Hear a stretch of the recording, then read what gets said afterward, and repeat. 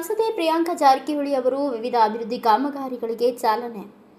ಅಥಣಿ ಕಾಗವಾಡ ವಿಧಾನಸಭಾ ಕ್ಷೇತ್ರಗಳಲ್ಲಿ ಅಭಿವೃದ್ಧಿಗೆ ಮತ್ತಷ್ಟು ವೇಗ ನೀಡುವ ನಿಟ್ಟಿನಲ್ಲಿ ಸಂಸದೆ ಪ್ರಿಯಾಂಕಾ ಜಾರಕಿಹೊಳಿ ಅವರು ವಿವಿಧ ಅಭಿವೃದ್ಧಿ ಕಾಮಗಾರಿಗಳಿಗೆ ಚಾಲನೆ ನೀಡಿ ಸಾರ್ವಜನಿಕರಿಗೆ ಸಮರ್ಪಿಸಿದರು. ಈ ಸಂದರ್ಭದಲ್ಲಿ ಮಾತನಾಡಿದ ಅವರು, ಗ್ರಾಮೀಣ ಪ್ರದೇಶಗಳ ಸಮಗ್ರ ಅಭಿವೃದ್ಧಿಗೆ ಕೇಂದ್ರ ಹಾಗೂ ರಾಜ್ಯ ಸರ್ಕಾರದ ವಿವಿಧ ಯೋಜನೆಗಳ ಮೂಲಕ ಅಗತ್ಯ ಮೂಲಸೌಕರ್ಯಗಳನ್ನು ಕಲ್ಪಿಸಲಾಗುತ್ತಿದೆ. ರಸ್ತೆ, ಕುಡಿಯುವ ನೀರು, ಶಿಕ್ಷಣ, ಆರೋಗ್ಯ ಹಾಗೂ ಇತರೆ ಸಾರ್ವಜನಿಕ ಸೌಲಭ್ಯಗಳ ಅಭಿವೃದ್ಧಿಗೆ ಹೆಚ್ಚಿನ ಆದ್ಯತೆ ನೀಡಲಾಗಿದ್ದು, ಜನರ ನಿರೀಕ್ಷೆಗೆ ತಕ್ಕಂತೆ ಅಭಿವೃದ್ಧಿ ಕಾರ್ಯಗಳನ್ನು ನಿರಂತರವಾಗಿ ಕೈಗೊಳ್ಳಲಾಗುತ್ತಿದೆ ಎಂದು ಹೇಳಿದರು. ಈ ಕಾರ್ಯಕ್ರಮದಲ್ಲಿ ಭಾಗವಹಿಸಿ ಮಾಜಿ ಶಾಸಕ ಶಹಜಹಾನ್ ದೊಂಗರಗಾಂವ್ ಹಾಗೂ ಗಜಾನನ ಮಂಗಸುಳಿ, ರಮೇಶ್ ಸಿಂದಗಿ, ರಾವ್ ಸಾಬ್ ಐಹೊಳೆ, ರೇಖಾ ಪಾಟೀಲ್ ಹಾಗೂ ವಿವಿಧ ಇಲಾಖೆಗಳ ಅಧಿಕಾರಿಗಳು, ಪಕ್ಷದ ಮುಖಂಡರು ಉಪಸ್ಥಿತರಿದ್ದರು. ಬಹಳ ಖುಷಿ ಆಗ್ತಾ ಇದೆ. ಮೊದಲನೇ ಬಾರಿಗೆ ತಮ್ಮ ಗ್ರಾಮಕ್ಕೆ ನಾನು ಹಾಗೆ ಬರಲಿಲ್ಲ, ಯಾಕಂದ್ರೆ ನೀವು ಆಶೀರ್ವಾದ ಮಾಡಿ ನನಗೆ ಡೆಲ್ಲಿ ಕಲ್ಸ್ಕೊಟ್ರಿ. ಅದಕ್ಕೆ ನಾನು ನಿಮ್ಮ ಜೊತೆಗೆ ಫಂಡ್ಸ್ ತಗೊಂಡು ಬಂದಿದ್ದೀನಿ, ಖಾಲಿ ಕೈ ಬಂದಿಲ್ಲ. ಅದಕ್ಕೆ ಇವತ್ತಿನ ಈ ಕಾರ್ಯಕ್ರಮಕ್ಕೆ ಹಿರಿಯರಾದ ಮಾಜಿ ಶಾಸಕರು ಶಹಜಾನ್ ಡೊಂಗರ್ಗಾಂವ್ ಅವರೇ, ಗಜಾನನ್ ಮಂಗಸುಳಿ ಅವರೇ, ಅರ್ಜುನ್ ನಾಯ್ಕೋಡಿ ಅವರೇ, ಕೆಂಚಪ್ಪನವರೇ, ಬಸವರಾಜ್ ಬುಟ್ಟಾಳಿ ಅವರೇ, ಈ ಭಾಗದ ಮಹಿಳಾ ಮುಖಂಡರಾದ ರೇಖಾ ಪಾಟೀಲ್, ಆಶಾ ಪಾಟೀಲ್, ನಿರ್ಮಲಾ ಪಾಟೀಲ್ ಅವರು, ಎಲ್ಲರೂ ಈ ಭಾಗದ ಮುಖಂಡರು ಹಾಗೂ ಈ ಎಲ್ಲ ನಮ್ಮ ಗ್ರಾಮದ ಗುರು ಹಿರಿಯರು ಕೂಡ ಈ ಕಾರ್ಯಕ್ರಮನ ತಾವೆಲ್ಲೂ ಯಶಸ್ವಿ ಮಾಡಿದ್ರೆ. ಬರಲಿಕ್ಕೆ ಸ್ವಲ್ಪ ತಡ ಆಯಿತು, ಕ್ಷಮೆ ಇರಲಿ. ಯಾಕಂದರೆ 8 ಪೂಜೆ ಕಾರ್ಯಕ್ರಮ ನಾವು ಹಮ್ಮಿಕೊಂಡಿದ್ವಿ. ಯಾಕಂದರೆ ನಾವು ಮುಂದಿನ ವಾರ ನಮ್ಮ ಡೆಲ್ಲಿ ಅಧಿವೇಶನ ಇದೆ. ಸೊ ಹಾಗಾಗಿ 1 ತಿಂಗಳು ನಾವು ಲಭ್ಯವಿರೋದಿಲ್ಲ. ಹಾಗಾಗಿ ತಮ್ಮ ಗ್ರಾಮಕ್ಕೆ ಹಿಂದುಳಿದ ವರ್ಗ ಸರ್ ಹೇಳ್ದಂಗೆ ಮೈನಾರಿಟೀಸ್, OBC ಹಾಗೂ SC ST ಅವರಿಗೆ ಸಾಕಷ್ಟು ನಾವು ಪುಷ್ ಮಾಡಬೇಕಾಗುತ್ತೆ. ಯಾಕಂದರೆ ಹೆಚ್ಚಿನ ಸೌಲಭ್ಯ, ಮೂಲಭೂತ ಸೌಲಭ್ಯಗಳು ಅವ್ರಿಗೆ ಸಿಗ್ತಾ ಇರಲಿಲ್ಲ.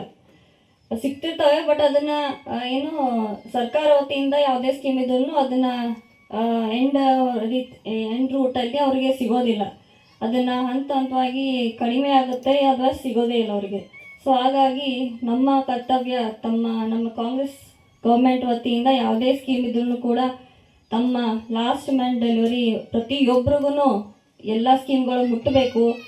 ಪ್ರತಿಯೊಂದು ಕಾಲನಿ ಆಗಿರಲಿ, ಕಾಲನಿಯ ರೋಡ್ ಆಗಿರಲಿ, ಗಟಾರ್ ಆಗಿರಲಿ, ಅದು ಪ್ರತಿಯೊಂದನ್ನು ನಾವು ಗಮನದಲ್ಲಿ ಇಟ್ಟುಕೊಂಡು ನಾವು ಅಭಿವೃದ್ಧಿ ಕಾರ್ಯನ ಮಾಡ್ತಾಯಿದ್ವಿ. ಯಾಕಂದರೆ MP ಅಂದರೆ ಬರೀ ಡೆಲ್ಲಿ ಟು ಕಾನ್ಸ್ಟಿಟ್ಯೂಯನ್ಸಿ ಇರುತ್ತೆ. ಆ್ಯಕ್ಚುಲಿ ಅದು ಶಾಸಕರ ಕೆಲಸ ಇರುತ್ತೆ. ಆ್ಯಕ್ಚುಲಿ ಪ್ರತಿಯೊಂದು ಕಾಲನಿಗೆ ಅವ್ರ ಅಟೆನ್ಷನ್ ಕೊಡಬೇಕಾಗುತ್ತೆ. ಬಟ್ ನಾವು ಕೂಡ ಒಂದು ಹಳ್ಳಿ, ಒಂದು ಪಂಚಾಯಿತಿಯಲ್ಲಿ ಫಂಡ್ಸ್ ಇಲ್ಲ ಅಂತ ನಮ್ಮ ಕಡೆ ಬರ್ತಾರೆ. ಈಗ ತಾನೇ ಮನವಿಯಲ್ಲಿ ಕೊಟ್ಟಿದ್ದಾರೆ, ಫಂಡ್ಸ್ ಇಲ್ಲ, ತಮ್ಮ ಅನುದಾನದಲ್ಲಿ ರೋಡ್ ವರ್ಕು ಇಲ್ಲೊಂದು ಸಮುದಾಯ ಭವನ್ಗೆ ಹಾಕ್ಕೊಡಿ ಅಂತ. ಜೈ ಭೀಮ್ ಅವರು ಕೂಡ ಅಂಬೇಡ್ಕರ್ ಭವನ ಮಾಡಿಕೊಡಿ ಅಂತ ಅವರು ಕೂಡ ಮನವಿ ಮಾಡಿದ್ದಾರೆ. ತಮ್ಮ ಗಮನಕ್ಕಿರಲಿ, ನಾವು ಅಥಣಿಯಲ್ಲಿ 10 ಲಕ್ಷ ಇಲ್ಲಾಂದರೆ 13 ಲಕ್ಷದವರೆಗೆ ನಾವು ಲಿಫ್ಟನ್ನು ಅಂಬೇಡ್ಕರ್ ಮೂರ್ತಿ ಅವರಿಗೆ ನಾವು ಸಮರ್ಪಣೆ ಮಾಡ್ತಾಯಿದ್ವಿ. ಅದು ನಮ್ಮ ಫಂಡ್ ವತಿಯಿಂದ. ಸೊ ಹಾಗಾಗಿ ಅದು ಈಗ ಪ್ರೋಗ್ರೆಸ್ಸಲ್ಲಿದೆ ಆ ಕಾಮಗಾರಿ. ಬೇಗನೆ ಆ ಮೂರ್ತಿಗೆ ಲಿಫ್ಟ್ ಕೊಡುವಂಥ ನಾವು ಕೆಲಸವನ್ನು ಮಾಡ್ತಾಯಿದ್ವಿ. ಅದಕ್ಕಾಗಿ ಪ್ರತಿಯೊಂದೂ ಕಮ್ಯುನಿಟಿ, ಪ್ರತಿಯೊಂದೂ ಕ್ಷೇತ್ರದ ಎಲ್ಲ ಸಮಾಜದವ್ರಿಗೂ ಎಲ್ಲ ಸ್ಕೀಮ್ಗಳು ಮುಟ್ಟಬೇಕು. ಫಂಡ್ ಆದೇಶ ಇದೆ. ಸೊ ಹಾಗಾಗಿ ಎಲ್ಲ ಸಮಾಜದವ್ರಿಗೂ ನಾವು ಫಂಡ್ಸ್ಗಳನ್ನು ಕೊಡ್ತಾಯಿದ್ವಿ. ಯಾರಿಗೂ ಭೇದ ಭಾವ ಇಲ್ಲದೆ ನಾವು ಕೊಡ್ತಾಯಿದ್ವಿ. ಅದು ಸಮಾಜದಲ್ಲಿ ಎಲ್ಲರೂ ಸಮಾನ ರೀತಿ ಅಂತ ನೋಡುವಂಥ ಬಾಬಾ ಸಾಹೇಬ್ ಅಂಬೇಡ್ಕರ್ ಅವರ ಸಂವಿಧಾನ ಬರೆದುಕೊಟ್ಟಂಥ ನಮ್ಮ ಹಾದಿಯಲ್ಲಿ ನಡೀತಾ ಇದ್ವಿ.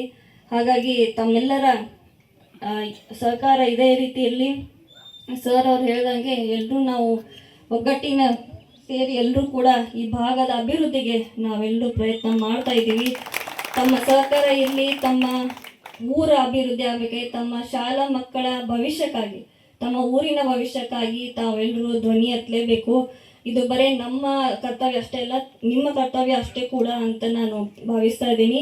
ಹಾಗಾಗಿ ತಮ್ಮ ಯಾವುದೇ ಅಭಿವೃದ್ಧಿ ಕಾರ್ಯ ಪೆಂಡಿಂಗ್ ಇದ್ರೂ ತಾವು ನಮಗೆ ಅದು ರಮೇಶ್ ಅವರಿಗೆ ಬಂದು ತಾವು ಮನವಿಯನ್ನು ಕೊಡ್ಬೋದು ಅಂತ ನಾನು ಹೇಳಲಿಕ್ಕೆ ಬಯಸ್ತೇನೆ. ಮುಂದಿನ ಶಾಲೆಗೆ ನಾವು ಡೆಸ್ಕ್ಗಳನ್ನು ಕೊಟ್ಟಿದ್ವಿ, ಸ್ಮಾರ್ಟ್ ಬೋರ್ಡ್ ಅನ್ನು ಕೊಡ್ತಾ ಇದ್ದೀವಿ. ಈಗ ತಾನೇ ಅದು 50 ಡೆಸ್ಕ್ಗಳನ್ನು ಇಲ್ಲಾಂದರೆ 100 ಡೆಸ್ಕ್ ಕೊಡುವಂಥ ಮನವಿ ಕೊಟ್ಟಿದ್ದಾರೆ.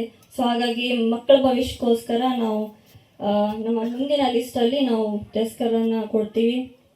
ಇದೇ ರೀತಿ ತಮ್ಮೆಲ್ಲರ ಸಹಕಾರ ಇರಲಿ. ತಮ್ಮ ಭವಿಷ್ಯಕ್ಕಾಗಿ ನಾವು ಈ ದೇಶದ ಅಭಿವೃದ್ಧಿಗಾಗಿ ನಾವೆಲ್ಲರೂ ಕೈ ಜೋಡಿಸಿ ಕೆಲಸ ಮಾಡೋಣ ಅಂತ ಹೇಳಿ 2 ಮಾತು ಮುಗಿಸ್ತೀನಿ. ನಾನು ಸಮುದಾಯಗಳ ನಾಯಕರು ಹೌದು.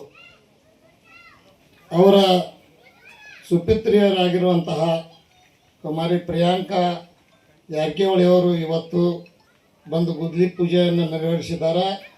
ಈ ಜಲಾಲ್ ಸಾಹೇಬ್ ದರ್ಗಾಕ್ಕೆ ಇಲ್ಲಿ CC ರೋಡ್ ಮಾಡುವ ಸಲುವಾಗಿ ಅವರು 5 ಲಕ್ಷ ರೂಪಾಯಿ ಮಂಜೂರು ಮಾಡಿದ್ದಾರೆ. ಈಗಾಗಲೇ ಸಮುದಾಯದ ವತಿಯಿಂದ ಅವರಿಗೆ ಎಲ್ಲರೂ ಕೃತಜ್ಞತೆಗಳನ್ನು ಹೇಳಿದ್ದಾರೆ. ಅವ್ರ ಜೊತೆಗೆ ಬಂದಿರುವಂತಹ ನಮ್ಮ ಗಜಾನನ್ ಅವ್ರನ್ನ ಹಿಡ್ಕೊಂಡು, ಬುಟಾಳಿ ಅವ್ರನ್ನ, ಗಿರೀಶ್ ಅವ್ರನ್ನ ಹಿಡ್ಕೊಂಡು, ನಮ್ಮ ನಾಯ್ಕೋಡಿ ಅವ್ರನ್ನ ಹಿಡ್ಕೊಂಡು ಎಲ್ಲ ವೇದಿಕೆ ಮೇಲಿರುವಂಥ ಗಣ್ಯಮಾನ್ಯರೇ, ಹಿರಿಯರೇ ಮತ್ತು ಬಂಧುಗಳೇ, ಈ ನಿಜವಾಗಿ ಜಲಾಲ್ ಸಾಹೇಬ್ ದರ್ಗಾ ಅಂತಂದ್ರೆ ಇದು ಯಾವುದೇ ಒಂದೇ ಸಮುದಾಯಕ್ಕೆ ಸಂಬಂಧಿಸಿದ್ದಲ್ಲ ಅನ್ನುವಂಥದ್ದು ಒಂದು. ಮತ್ತು ಭಾಳ ಹಳೆಯ ಇತಿಹಾಸ ಹೊಂದಿರುವಂಥದ್ದು. ಈ ಗುಲ್ಬರ್ಗಾದ ಬಂದೆ ನವಾಜ್ ಮತ್ತು ನಮ್ಮ ಐಗಳಿಯ ಜಲಾಲ್ ಸಾಹೇಬ್ ಅವರು ಅಣ್ಣ ತಮ್ಮಂದರು. ಅವ್ರ ಅಣ್ಣ ಇವರು ತಮ್ಮ. ಉರುಸ ಆಗುವಾಗ ಅಲ್ಲಿ ಒಂದು ದಿವಸ ಅದಕ್ಕೆ ಇದಕ್ಕೆ ಒಂದೇ ದಿವಸ ಡಿಫ್ರೆನ್ಸ್ ಇರ್ತದೆ.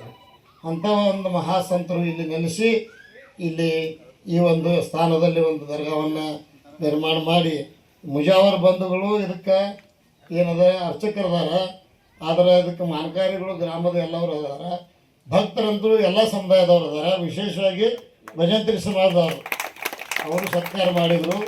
ಹೀಗಾಗಿ ಈ ಒಂದು ಸ್ಥಾನಕ್ಕೆ ಒಂದು ಒಳ್ಳೆಯ ರಸ್ತೆ ನಿರ್ಮಾಣ ಮಾಡಿ ನಮಗೆ ಅನುಕೂಲ ಮಾಡಿದ್ದಕ್ಕೆ ಅಂತ ಅವರಿಗೆ ಧನ್ಯವಾದಗಳನ್ನು ನಾನು ಎಲ್ಲ ಭಕ್ತರ ಪರವಾಗಿ ಅವರಿಗೆ ಸಲ್ಲಿಸಲಿಕ್ಕೆ ಬಯಸ್ತೇನೆ. ಇನ್ನು ಮುಂದೆ ಇದು ಸಂಸದರು ಅಂತಂದ್ರೆ ಇದು ಎಷ್ಟಪ್ಪ, ಚಿಕ್ಕೋಡಿ ಪಾರ್ಲಿಮೆಂಟ್ದೊಳಗೆ 4 ವಿಧಾನಸಭಾ ಕ್ಷೇತ್ರಗಳು ಬರ್ತಾವೆ. ಸಾರಿ 8 ವಿಧಾನಸಭಾ ಕ್ಷೇತ್ರಗಳು ಬರ್ತಾವೆ. ಇದು 500ಕ್ಕಿಂತ ಜಾಸ್ತಿ ಊರುಗಳು ಬರ್ತಾವೆ. ಇದಕ್ಕಿಂತ ಮುಂಚೆ ಬಹಳಷ್ಟು ಮಂದಿ MP ಆಗಿ ಹೋದರು. ಭಾಳಷ್ಟು ಮಂದಿನ ನಾವು ನೋಡಿದ್ದೀವಿ, ಶಂಕರಾನಂದ ಸಾಹೇಬ್ರನ್ನ ಹಿಡಿದು ಇಲ್ಲಿವರೆಗೆ. ಆದರೆ ಒಂದು ಸಲ ಚುನಾವಣೆ ಒಳಗೆ ಬರ್ತಿದ್ರು, ಆರಿಸೋದ ನಂತರ ಭಾಳ ಆದರೆ ಒಂದು ಸಲ ಸತ್ಕಾರ ಅದು ಮಾಡ್ಕೊಲಿಕ್ಕೆ ಬಂದ್ರೆ ಮತ್ತೊಮ್ಮೆ ನೆಕ್ಸ್ಟ್ ಚುನಾವಣೆಗೆ ಬರುವಂಥದ್ದು ಒಂದು ಪ್ರತೀತಿಯನ್ನು ನಾವು ನೋಡಿದ್ದೀವಿ. ಮಧ್ಯದಲ್ಲಿ ಸ್ವಲ್ಪ ಪ್ರಕಾಶ್ ಹುಕ್ಕೇರಿಯವರು ಅವರೊಂದು ಸ್ವಲ್ಪ ಭೇಟಿ ಕೊಡುವಂಥದ್ದು ಪ್ರಯತ್ನ ಮಾಡ್ತಿದ್ರು. ಆದರೆ ಈಗ ನನಗೆ ವಿಚಿತ್ರ ಅನ್ನಿಸ್ತದೆ, ಇಂಥ ಒಂದು ಸಣ್ಣ ಸಣ್ಣ ಹಳ್ಳಿಗಳಿಗೆ, ಎಲ್ಲ ಗ್ರಾಮಗಳಿಗೆ ಇವತ್ತು ಸತತವಾಗಿ ಅವರು ಏನೋ ಒಂದು ಶ್ರಮ ಪಡ್ತಿದ್ದಾರೆ, ವಿಶ್ರಾಂತಿ ಇಲ್ಲದ. ಅದನ್ನು ನೋಡಿದರೆ ನಿಜವಾಗಿ ನಾವು ಅವ್ರಿಗೆ ಏನಪ್ಪ ಅಂತಂದ್ರೆ ಬಹಳಷ್ಟು ಅವರಲ್ಲಿ ಕ್ರಿಯಾಶೀಲತೆ ಇದ್ದುದನ್ನು ನಾವು ಸ್ಮರಿಸಬೇಕಾಗ್ತದೆ, ಶ್ಲಾಘನೆ ಮಾಡಬೇಕಾಗ್ತದೆ. ಮತ್ತು ಅವರು ಅದು ಹೊಸ ರಕ್ತ, ಅತ್ಯಂತ ಕಡಿಮೆ ವಯಸ್ಸಿನಲ್ಲಿ ಸಂಸದರಾದರು. ಅಷ್ಟೇ ಫಾಸ್ಟಾಗಿ ಅವ್ರು ಕೆಲಸ ಮಾಡಾಕತ್ತಾರೆ, ಅನುದಾನವನ್ನು ತಂದು ಕೊಡಾಕತ್ತಾರೆ. ಇದನ್ನು ನೋಡಿದ್ರೆ ನಮಗೆ ಅವರು ಸಂಸದರಾಗಿ ಸಿಕ್ಕಿದ್ದು ನಮ್ಮ ಚಿಕ್ಕೋಡಿ ಜಿಲ್ಲಾದ ಎಲ್ಲ ಒಂದು ಸಾರ್ವಜನಿಕರ ಜನತೆಯ ಮತದಾರರ ದೈವ ಅಂಥೇಳಿ ನಾವು ತಿಳ್ಕೊಬೋದು. ಇನ್ನು ಕೆಲವೊಂದು ವಿಷಯಗಳ ಬಗ್ಗೆ ಏನು ತಾವು ಸಂಸದರಾಗಿದ್ದೀರಿ, ಸನ್ಮಾನ್ಯ ಸತೀಶ್ ಅಣ್ಣ ಅವರು ಜಿಲ್ಲಾ ಉಸ್ತುವಾರಿ ಸಚಿವರಾಗಿರೋ ಹಿನ್ನೆಲೆಯಲ್ಲಿ ಬೆಳಗಾವಿ ಪಾರ್ಲಿಮೆಂಟಿಗೆ ಭಾಳ ಸಮಸ್ಯೆ ಇರಲಿಕ್ಕಿಲ್ಲ. ಆದರೆ ತಮ್ಮ ಪಾರ್ಲಿಮೆಂಟದಲ್ಲಿ ಭೀಕರ ಬರಗಾಲ ಅದ. ಈ ಭೀಕರ ಬರಗಾಲಕ್ಕೆ ಬರಗಾಲ ಘೋಷಣೆ ಮಾಡಲಿಕ್ಕೆ DC ಅವರಿಗೆ ಮತ್ತು ಸರ್ಕಾರಕ್ಕೆ ಆದೇಶ ಮಾಡಲಿಕ್ಕೆ ತಾವು ಸ್ವಲ್ಪ ಅವ್ರಿಗೆ ವಿನಂತಿ ಮಾಡಿ ಹೇಳಬೇಕು ನಮ್ಮ ಪರವಾಗಿ. ಅಷ್ಟೇ ಅಲ್ಲ, ಮತ್ತು ಬರ ಪರಿಹಾರ ಕಾಮಗಾರಿಗಳು ಸಹಿತ ಪ್ರಾರಂಭ ಆಗಬೇಕು. ಮತ್ತು ಈಗ ದನಕರುಗಳಿಗೆ ಮೇವಿನ ಕೊರತೆ ಅದ, ದುಡಿಯುವ ಜನರಿಗೆ ಯಾವುದೂ ಉದ್ಯೋಗ ಇಲ್ಲ. ಇಂಥ ಬರಗಾಲ ನಾವು MLA ಇದ್ದಾಗ ಭಾಳಷ್ಟು ನೋಡಿದ್ದೀವಿ. ಈಗ ಅದು ಆ ಥರದ್ದು ಬರಗಾಲ ಈಗ ಬಂದದ. ತಾವು ದಯಮಾಡಿ, ಈಗ ಏನಾಗ್ಯದ ರೀ, ಇವರು ಸರಿಯಾಗಿ HBC ಒಳಗೆ ನಿರ್ವಹಣೆ ಮಾಡ್ತಿಲ್ಲ ಮೇಡಮ್. ಈಗ ಫೆಬ್ರವರಿಯಲ್ಲಿ 2-3 ತಿಂಗಳ ಹಿಂದೆ ಒಂದು ಗೇಟ್ ಮುರಿದು 2.5 TMC ನೀರು ಹೋದವು ಇಬ್ಬರಿಗೆ ಬ್ಯಾರೇಜ್ಗಳಿಗೆ. ಅದನ್ನು ಸರಿಯಾಗಿ ನಿರ್ವಹಣೆ ಮಾಡಿ ಆ ನೀರು ಹೋಗಿರದೇ ಇದ್ದರೆ ಇವತ್ತು ನಮಗೆ ಅದು ಉಪಯೋಗ ಆಗ್ತಿತ್ತು, ನಮಗೆಲ್ಲರಿಗೆ ಅನುಕೂಲ ಆಗ್ತಿತ್ತು. ಈಗ ಮೊನ್ನೆ ಒಂದು ಕೆಲವರು ಬಿಟ್ಟಾರ, ಗಜಾನನವರು ಬಿಟ್ಟಾರ ಅಂದ್ರೆ ಎಲ್ಲಿ ಬಿಟ್ಟಾರ, ಎಲ್ಲಿ ನೀರು ಅದಾವ ಇಲ್ಲಿ ಬಂದೇ ಇಲ್ಲ. ಕರಿಮಸೂತಿ ಈಸ್ಟ್ ಬರಬೇಕು. ನಿಜವಾದ ಬರಗಾಲ ಏರಿಯಾ ಯಾವುದು ನಮ್ಮದು ಈ ಕಡೆ ಯಾವುದ್ರಿ, ಇಲ್ಲಿ ಐಗಡಿ, ಪಡ್ತರವಾಡಿ, ಅರಟಾಳ, ಬಾಡಿಗೆ, ಕಕ್ಕಮರಿ, ಬನ್ನೂರ, ಕನಾಳ, ಆಮೇಲೆ ಕೊಟ್ಟಲಿಗೆ ಲಾಸ್ಟು. ಇವು ನಿಜವಾಗಿ ಇಷ್ಟು ಹಾಹಾಕಾರ ಅಂತಂದ್ರೆ ಅಂದರೆ ಭಾಳ ಕಠಿಣ ಪರಿಸ್ಥಿತಿ ಅದ. ಅದಕ್ಕೆ ತಾವು ದಯಮಾಡಿ ನಾವು ಭೇಟಿಯಾಗಿ ಮಾತಾಡ್ತೀವಿ ಸತೀಶ್ ಅಣ್ಣವ್ರಿಗೆ. ತಾವು ಸ್ವಲ್ಪ ದಯಮಾಡಿ ಅವ್ರಿಗೆ ಹೇಳಿ ಈ ಭಾಗಕ್ಕೆ ನೀರು ಹರಿಸಲಿಕ್ಕೆ ಅಂದ್ರೆ ಒಂದು ಆಪ್ಷನ್ ಅದ ಮೇಡಮ್. ಈಗೇನು ಒಂದು ರಮೇಶ್ ಅಣ್ಣ ಅವರು ನೀರಾವರಿ ಸಚಿವರು ಇದ್ದಾಗ ಸನ್ಮಾನ್ಯ ನಮ್ಮ ಮಹೇಶ್ ಕುಂಟೋಳಿ ಅವರು ಏನು ಒಂದು ಮಂಜೂರು ಮಾಡಿಸ್ಕೊಂಡು ಬಂದಿರುವಂಥ ಅಮ್ಮಾಜೇಶ್ವರಿ ಆತ್ ನೀರಾವರಿ ಯೋಜನೆ ಈಗಾಗಲೇ ಜಾಕೋಲ್ ಅದ ಪೈಪ್ಲೈನ್ ಆಗ್ಯದ ರೀ. ಅಲ್ಲಿಂದ ಕೊಕ್ಕಟ್ನೂರು ಕೆರೆಯಲ್ಲಿ ನೀರು ತುಂಬಿಸಿ ಕೊಕ್ಕಟ್ನೂರು ಕೆರೆಯಿಂದ ನಮ್ಮ ಕೋಳಿ ಜಾಕಲ್ಲ ಮತ್ತು ಅದು ಕಕ್ಕಮರಿ ಜಾಕಲ್ಲಕ್ಕೆ ಕನೆಕ್ಟ್ ಮಾಡಿದರೆ ನಮಗೆ ನೇರವಾಗಿ ಇಲ್ಲಿ ನೀರು ಬರ್ತಾವೆ. ಈಗೇನು ಅವ್ರು ನೀರು ಬಿಡಾಕೆ ಹತ್ತಾರ, ಅವು ನಮ್ಗಾಂವ್ ಕಡೆ ಹೊಂಟಾವ, ಈ ಕಡೆ ಬಂದೇ ಇಲ್ಲ ರೀ. ಹೀಗಾಗಿ ಎಲ್ಲಿ ನೀರು ಅದಾವ ಅಲ್ಲೇ ಹೊಂಟಾವ, ನೀರು ವೇಸ್ಟ್ ಆಗಕ್ಕೆ ಹತ್ತಾವ. ಇದ್ದಷ್ಟು ನೀರು ಸದ್ಬಳಕೆ ಆಗಬೇಕು, ಎಲ್ಲರೂ ಬದುಕಬೇಕು. ಅಲ್ಲೇನು ಮಾಡ್ತಾರೆ ರೀ, ನೀರು ಬಿಟ್ಟು ಕೂಡಲೇ ಅಲ್ಲೇ ಸಮೀಪದವರೆಲ್ಲ ಹೊಡ್ಕೊಂಡು ಸಿಕ್ಕಂಗನ ಹಳ್ಳಗಳಿಗೆ ಬಿಡ್ತಾರೆ, ಇದನ್ನು ಮಾಡ್ತಾರೆ. ಇದು ದುಸ್ಥಿತಿ ನಡೆದದ. ಅದನ್ನ ತಮ್ಮ ಗಮನಕ್ಕೆ ನಾನು ತರಬೇಕಂತೇಳಿ ನನಗೆ ಹೇಳಂತಂದರು, ಹೇಳಿದ್ದೀನಿ. ಅದನ್ನು ಯಾವ ರೀತಿ ಸರಿಯಾಗಿ ಮಾಡಿಸ್ಬೇಕು ಅನ್ನುವಂಥದ್ದು ತಾವು ಸತೀಶ್ ಅಣ್ಣವ್ರಿಗೆ ಹೇಳ್ರಿ. ಬ್ಯೂರೋ ರಿಪೋರ್ಟ್ ಅಜಯ್ ಕಾಂಬ್ಳೆ, ಭಾರತ ವೈಭವ ನ್ಯೂಸ್, ಅಥಣಿ.